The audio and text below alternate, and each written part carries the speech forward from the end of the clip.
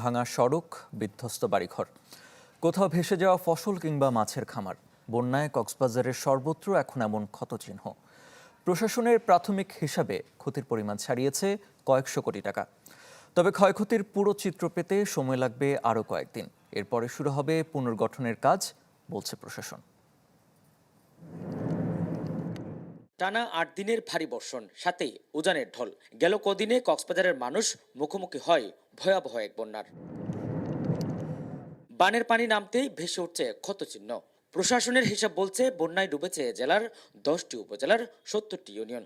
সবচেয়ে বেশি ক্ষতিগ্রস্ত হয় পেকুয়া, সেখানে 95% এলাকা প্লাবিত হয়।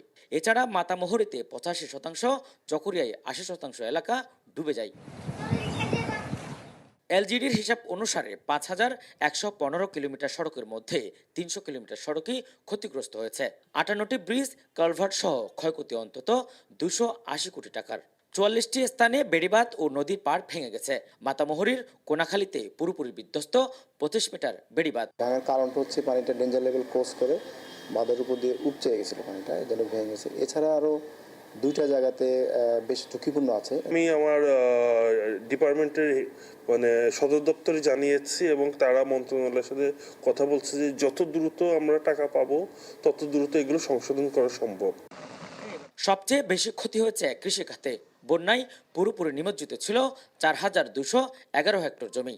ক্ষতিগ্রস্ত হয় ২,৭৯১ হেক্টর ফসলি জমি। এখানে ক্ষয়ক্ষতির পরিমাণ ৮৬ কোটি টাকার বেশি। এছাড়া ভেসে গেছে ৩,৯১৮টি খামার ও ৪৫৩টি চিংড়ি গেড়ের মাছ। ক্ষতি আনুমানিক ৮৬ কোটি ২২ লাখ টাকা।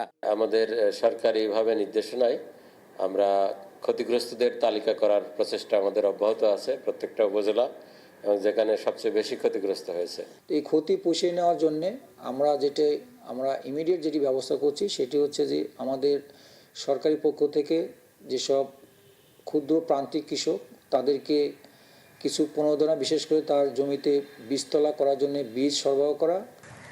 প্রশাসন বলছে ক্ষয়ক্ষতির চিত্র এখনো চূড়ান্ত নয়। পুরো তালিকা আসার পর পরিকল্পনা সাজানো হবে পুনর্বাসনের। মানুষের যে বাড়িঘর কি পরিমাণ ক্ষতিগ্রস্ত হচ্ছে সেটা অ্যাসেসমেন্ট কাজ চলতেছে। এই সার্বিকভাবে এই তথ্যগুলো পেলে আমরা সরকারের কাছে লিখব।